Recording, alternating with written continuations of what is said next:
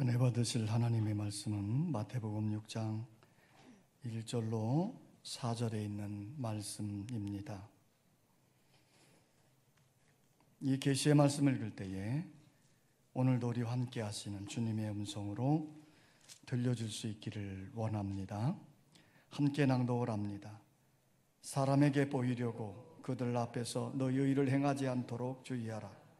그리하지 아니하면 하늘에 계신 너희 아버지께 상을 받지 못하느니라. 그러므로 구제할 때 의식하는 자가 사람에게서 영광을 받으려고 회당과 거리에 사는 것 같이 너희 앞에 나팔을 불지 말라. 진실로 너희에게 이르노니 그들은 자기 상을 이미 받았느니라. 너는 구제할 때 오른손이 하는 것을 왼손이 모르게 하여 내 구제함을 은밀하게 하라. 은밀한 중에 보시는 너희 아버지께서 갚으시리라. 세계 제1의 갑부였던 존 록펠러라고 하는 분이 계셨습니다. 이 존 록펠러는 그의 손자들이 어릴 때부터 그들에게 철저하게 금전 교육을 시킨 것으로 알려졌지요. 그는 주말이 되면 자기 손자들을 다 불러 모았습니다. 그리고 그들 각자에게 25센트씩 용돈을 주었답니다. 지금은 25센트가 돈도 아니지만 1800년대만 해도 25센트는 매우 큰 돈이었습니다.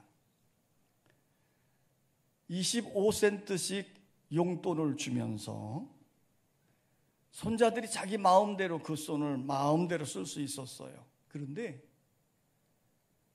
그 용돈을 받고 난 다음에는 반드시 두 가지 조건을 해야 된다고 하는 전제 조건이 붙었습니다. 하나는 용돈의 10%는 하나님의 것이니 하나님께 11조를 드려라 하는 것이었고요. 두 번째는 용돈의 또 다른 10%는 이웃을 돕는 일에 사용하라는 것이었습니다. 록펠러는 주말이 되면 다시 손자들을 불러 모읍니다. 그리고 그들에게 주어진 용돈을 어떻게 사용했는지 다 보고를 받는 거예요. 그때 그 손자들이 자기의 용돈을 잘 사용했고 그 전제 조건으로 두 가지를 걸었는데 그 일들을 잘 시행한 손자에게는 상으로 5센트를 더 보태서 30센트씩 용돈을 주었답니다. 반대로 어떤 손자가 고집대로 그 두 가지 전제 조건을 따라하지 않는 거예요. 그래서 제멋대로 그 용돈을 사용한 손자에게는 벌로서 5센트를 깎아서 20센트만 주었답니다. 록펠러는 자기 손자들이 어릴 때부터 물질의 선한 청지기가 되기를 바란 것이었지요. 그는 자기의 손자들이 자기가 얻어진 용돈을 통해서 위로는 하나님을 섬기고 옆으로는 이웃을 사랑하는 법을 능히 익히도록 어릴 때부터 가르쳐 주었던 것입니다. 이 록펠러라고 하는 분은 어릴 때부터 한 가지 꿈을 가지고 있었답니다. 나는 장차 이 세상에서 제일 가는 갑부가 되리라. 그래서 그는 젊은 시절부터 부지런히 돈을 모았습니다. 그는 33세 때에 스탠다드 석유회사를 설립했고 사장이 되었습니다. 그의 순수익만 100만 달러를 벌어들였다는 겁니다. 요즘으로 100만 달러 그러면 그렇게 큰 돈은 아니지요. 그런데 1800년대는 어마어마한 돈이었습니다.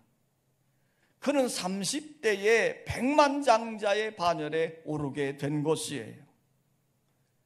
그 뒤 43세 때에는 미국 최초의 트러스트를 형성해서 대규모 재벌의 총수가 되어졌더라 합니다. 그 뒤 53세 때에는 전 세계에 한 사람밖에 없는 억만장자가 되어졌더라는 거예요. 그의 꿈대로 록펠러는 세계 최고의 제일 가는 갑부가 되어졌던 것이지요.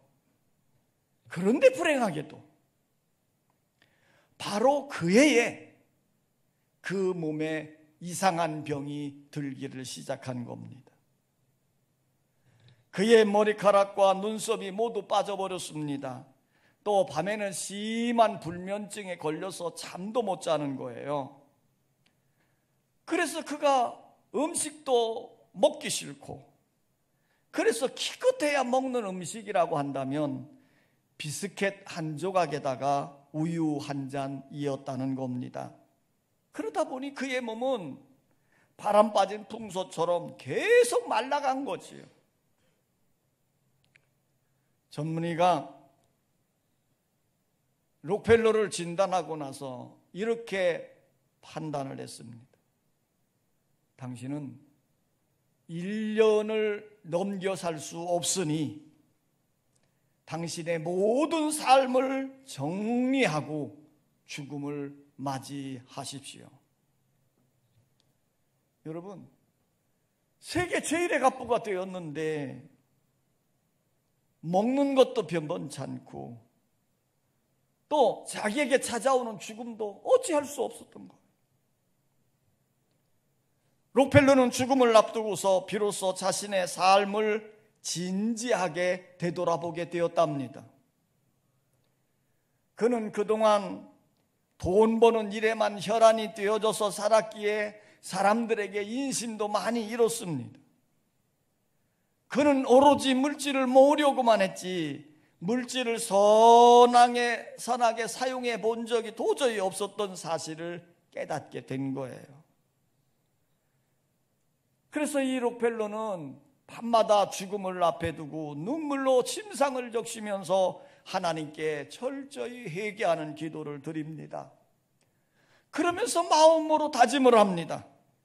이제 내가 1년밖에 살 수 없지만 이 남은 기간이라도 내가 물질의 선한 정직이가 되어서 하나님의 뜻을 이루어 드리리라. 그렇게 굳게 다짐을 한 겁니다. 이때부터 록펠러는 달라졌지요. 그동안 모기만 했던 모든 물질들을 이제는 손을 펴서 과감하게 나누기 시작을 한 것입니다.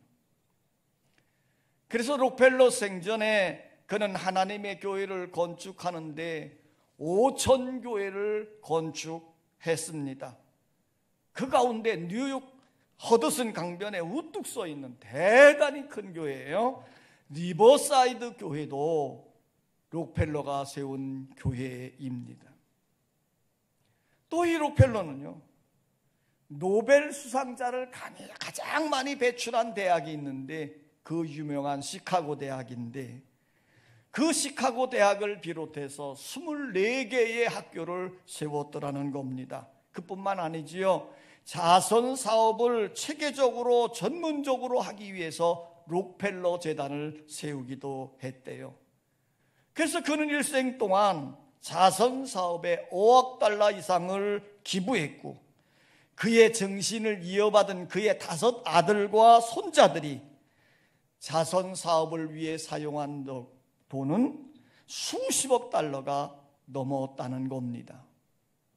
그런데 더 놀라운 거는요, 이 록펠러가 1년 남은 생애인 줄 알고 그저 물질의 손을 펴면서 선한 일을 행하다 보니 죽으리라고 했던 록펠러가 죽지 않고 건강이 말마다 좋아지기를 시작한 거예요. 그래서 록펠러가 몇 살까지 사신지 아십니까? 98세까지 살다가 하나님의 부름을 받았다는 겁니다. 여러분, 우리는 물질의 주인이 아닙니다. 우리의 생명의 주인도 아닙니다. 모든 것은 다 하나님의 것이고 우리는 그의 것을 맡아서 관리하는 청지기일 뿐이지요. 선한 물질의 청지기가 되어서 하나님의 기쁨이 되고 이웃 사랑을 실천하는 자들이 되시기를 바랍니다. 자, 오늘 예수님은 이 산상수훈 가운데에서 우리가 의를, 선을 행할 때에 주의할 점에 대해서 말씀을 하고 계십니다. 자, 1절의 말씀을 다 같이 한번 읽겠습니다. 1절 다 같이 시작.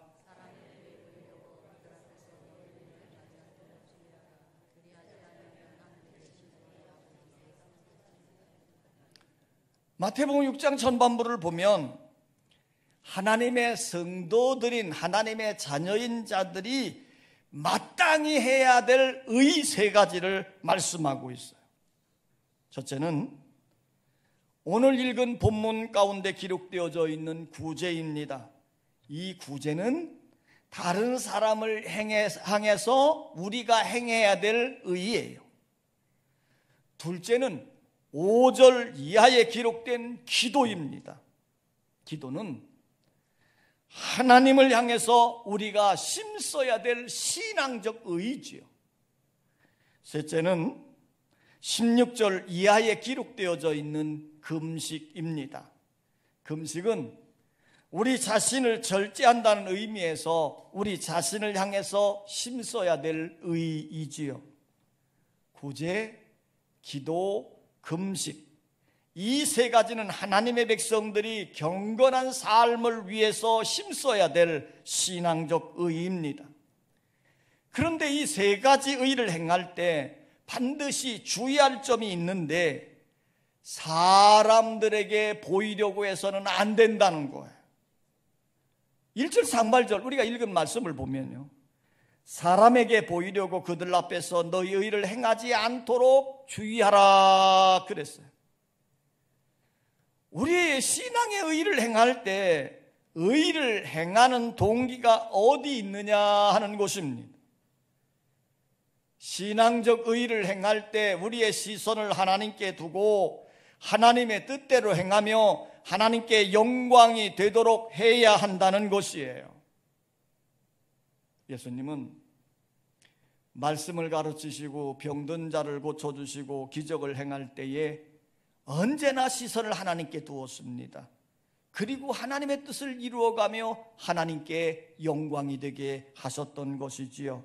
그럴 때 하늘에 계신 아버지의 상을 충만히 받게 되어졌던 것입니다. 그런데 사람들은 신앙적 의를 행할 때에 사람을 의식하고 사람들에게 보이려고 행할 때가 참 많이 있습니다. 그래서 사람들의 칭찬을 많이 듣는 거지요. 그런데 문제는 그렇게 하면 하나님이 주시는 상급이 없더라는 겁니다.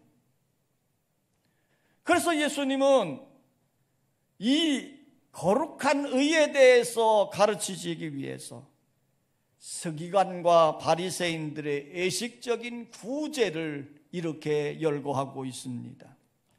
자, 2절의 말씀입니다. 2절 다 같이 시작.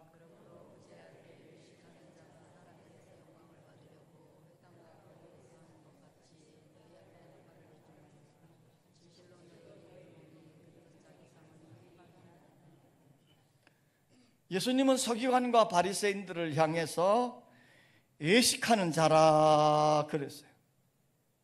마태복음 23장에 넘어가 보면요, 예수님은 6번이나 서기관과 바리새인들을 질책하실 때에 이렇게 말씀을 하셨어요.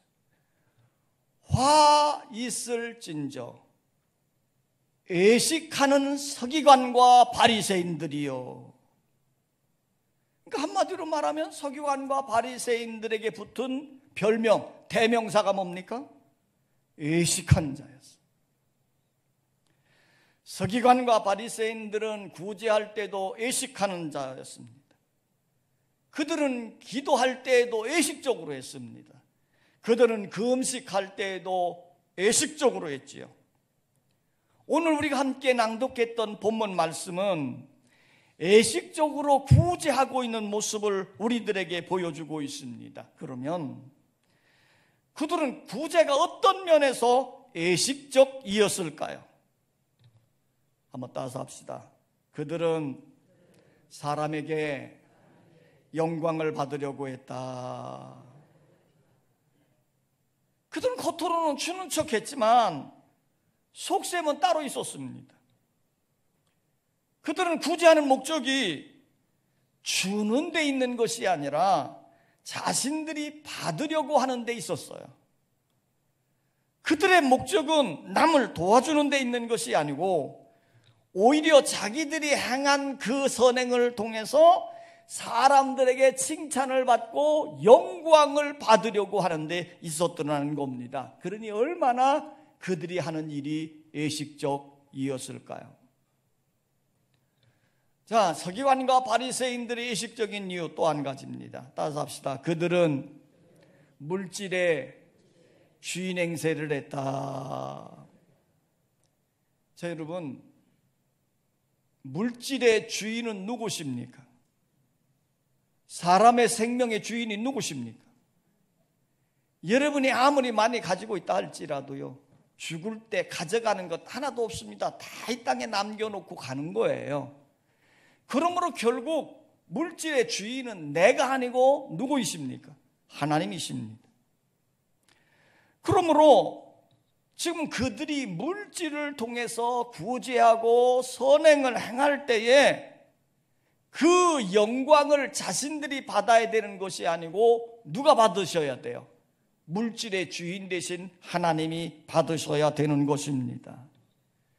그런데 서기관과 바리새인들은 마치 자신이 주인인 양 뽐냈고요, 자기들이 사람들에게 칭찬을 받고 영광을 받으려고 한 것이에요. 주인도 아니면서 주인 노릇하고 있으니 얼마나 의식적일까요? 자, 이들이 의식적인 이유는 따라서 합시다. 그들은 회당과 거리에서 나팔을 불었다. 지금 서기관과 바리새인들이 구제하는 겁니다. 겉으로 볼 땐 참 잘한 일이지요. 그런데 예수님은 그들을 이렇게 질책하는 거예요. 그 구제를 은밀하게 행할 수 없느냐 이 말이에요. 그런데 서기관과 바리새인들은 은밀하게 하지 않았습니다. 회당과 거리로 나가서 나팔을 뚜 하고 불었어요. 회당과 거리는 사람들이 많이 붐비는 곳이에요. 그들은 사람들이 더 많이 모이도록 나팔을 계속 불어대는 겁니다. 왜요? 사람들이 많이 모여야 그들이 보는 앞에서 선행을 보여줄 수 있고, 또 선행을 보여줌으로 인해서 사람들이 자기애들에게 많은 칭찬을 할 수 있기 때문이었거든요. 기록에 의하면 그 당시 성전에는 구석진 곳에 방이 하나 있었답니다. 구제하기 위해 마련된 방이래요. 이름은 침묵자의 방이다, 이런 제목이 딱 붙어 있더랍니다. 그런데 그 성전 뒤편에 있는 그 작은 방에는 들어가는 입구가 양쪽으로 되어 있다는 겁니다. 두 개라는 거예요. 양쪽으로 되어 있다는 거예요. 그러니까 구제하는 사람이 구제하기 위해서 들어가는 입구와 구제를 받는 사람이 구제받기 위해서 들어가는 입구가 서로 달랐다 이 말입니다. 구제하기를 원하는 사람이 조용히 그 문으로 들어가서 구제할 물건을 방 안에 놓고 나오면, 구제받을 사람은 다른 입구의 문으로 들어가서 자기에게 필요한 물건을 들고 나가면 되는 것입니다.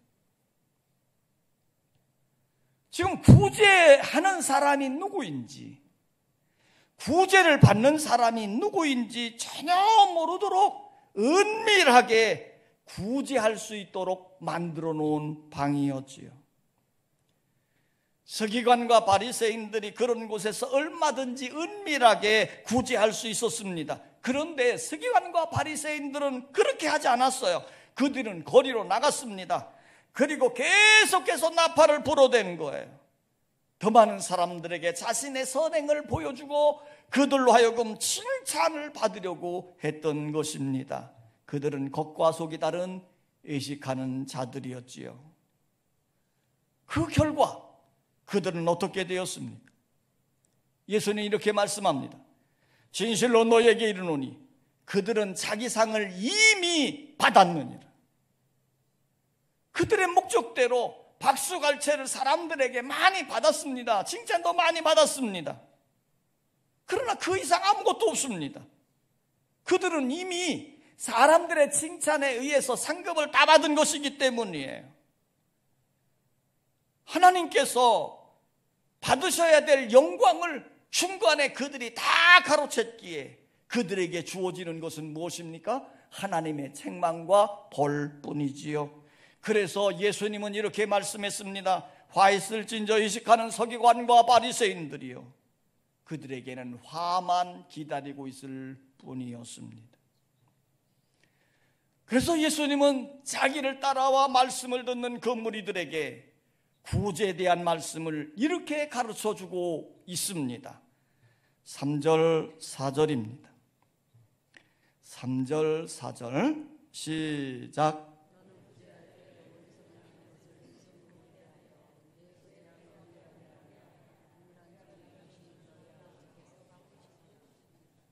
우리는 이 예수님의 가르침을 통해서 참된 구제의 방법, 구제의 동기, 구제의 결과를 알 수 있습니다.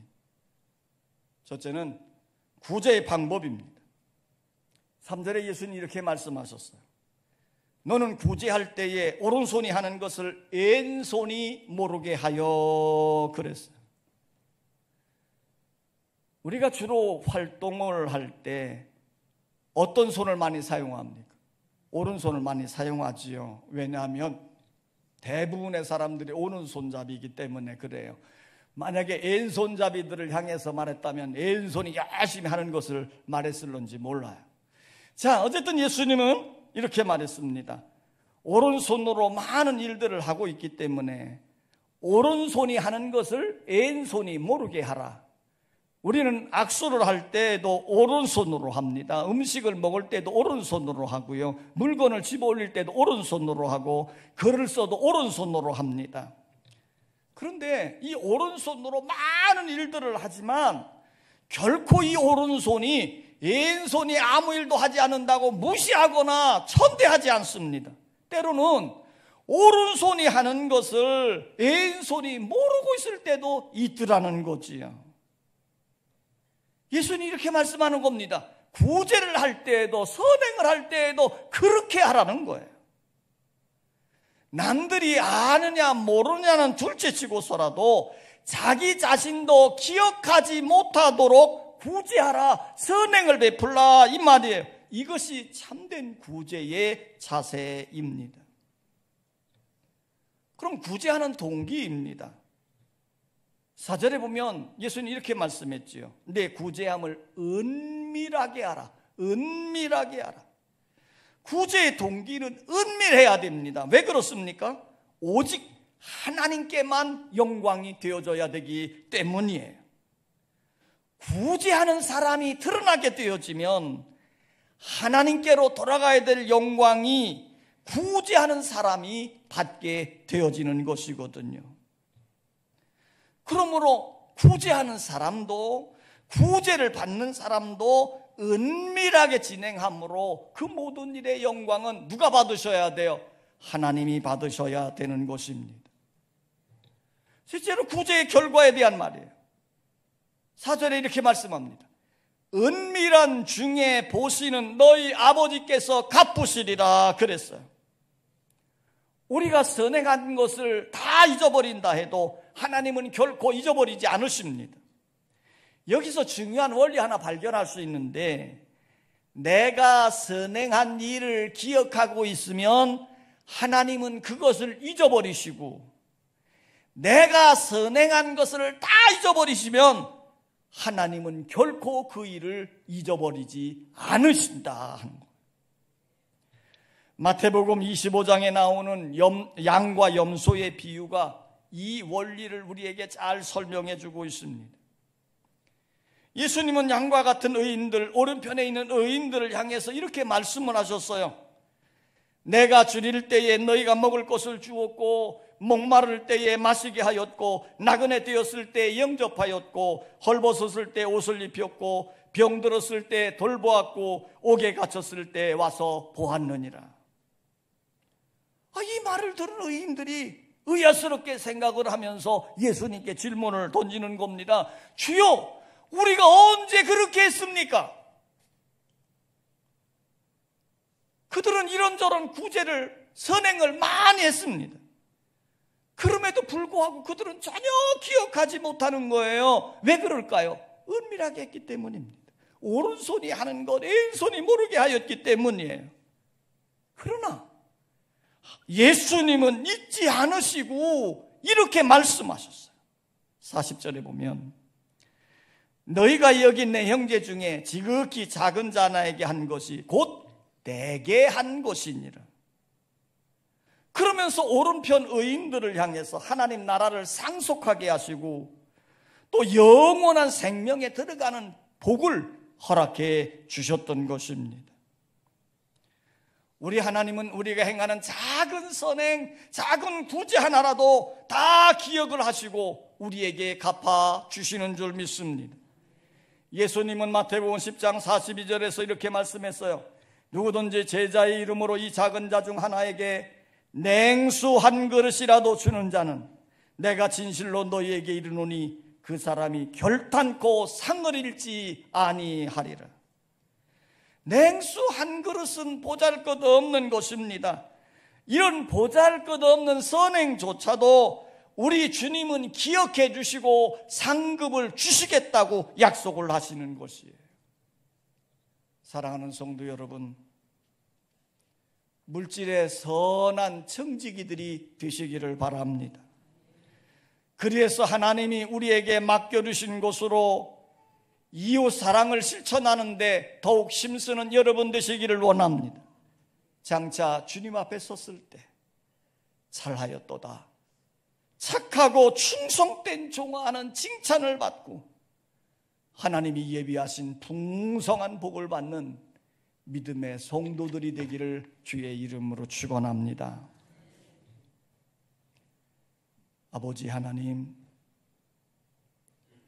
우리를 살려주셔서 감사를 드리고 우리에게 많은 시간과 건강한 몸과 물질을 맡겨주심을 감사드립니다.